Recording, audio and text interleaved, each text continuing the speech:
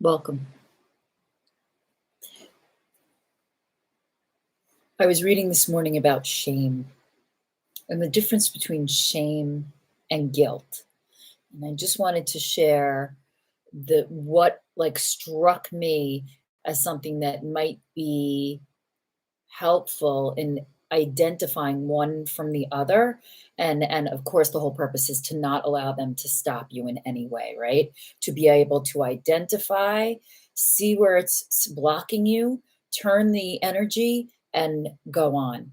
I'm Rebecca Windsor, and I'll be talking about all these types of what I really want to bring to conversation is the crossing of our bodies and the truth, and then the lies that we tell that are either forced on us by our whole life of experience, and how we get back to the truth. And when we live in accordance with our truth and our body's truth, our blocks fall away. And I want to bring that about. I'm always working on that every day for myself, and I want to bring that about for you too, and anything I can do that's helpful. So, in reading Dare to Lead today by Brene Brown, I stumbled across a beautiful, simple explanation where guilt is your accountability.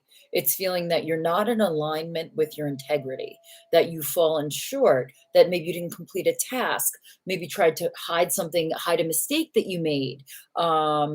That's guilt. And guilt is kind of has to do more with our moral compass and where we think we might be falling short. Not necessarily a bad thing. Now, guilt that is given to us, handed to us, and projected onto us by others is a different thing. But our own feelings of responsibility and guilt, not always negative. Shame is very different. Shame is that block that tells you, don't even try. How dare you make a video? How dare you think that you have something to say? How dare you think you have something to offer? Just stay quiet. And certainly don't tell the truth. And don't lead with all of you. Show only the good parts. Cover your gray roots. Put some makeup on. So shame is our limitations that actually stops us from acting that I am actively seeking to push through every single day. So for me, it's identifying that story that I've told my whole life of you really don't have anything worthwhile to add. And then why don't I feel I have something worthwhile to add? And keep digging down, and hopefully that eventually sets you free. And that is my process, and that's what I have used going forward. So what I offer you is take something that hasn't been sitting right with you, and I don't even ask you to start to dig into it. You can do that if you wish. I'm all for it for self exploration, or bring it to your therapist, or however your deep work occurs for you. But what I would offer is before you even get to that level, identify whether you are carrying guilt or you are carrying shame. Because I think that by defining whatever the issue is, I think you'll be able to go further faster. First of all, you can determine whether it's yours to carry or whether it's been placed on you, whether it's righteous correction in behavior, which is what guilt can be.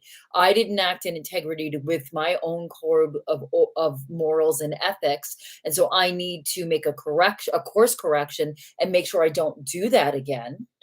Or I'm listening to a story that told me long ago that you are unworthy, or that you are helpless, or that you cannot make any effectual change.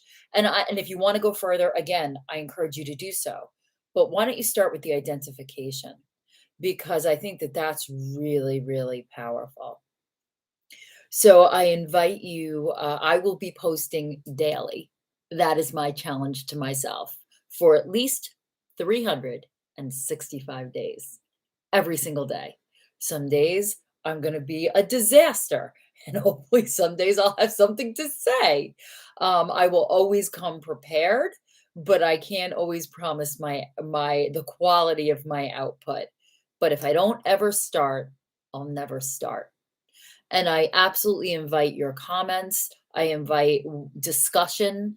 I will definitely have guests that I want to dig in with, because again, I feel that the more that we can live in the truth of our bodies and be in alignment with, not just our relationship to God, our relationship to our careers and money, our relationships to our loved ones and ourselves, and our relationships primarily with yourself through your physical body. We live here in this world. And the only way that we can really kind of ascend to the next level is by bringing our body with us here in this lifetime. Maybe our we can ascend in different ways in different lifetimes, but right here, we need to drag our skin balloon along with us. So the more that we literally inhabit our bodies, I think the more clear and free we can get. So I am Rebecca Windsor. This is the Body of Truth, and I invite you to join me every day.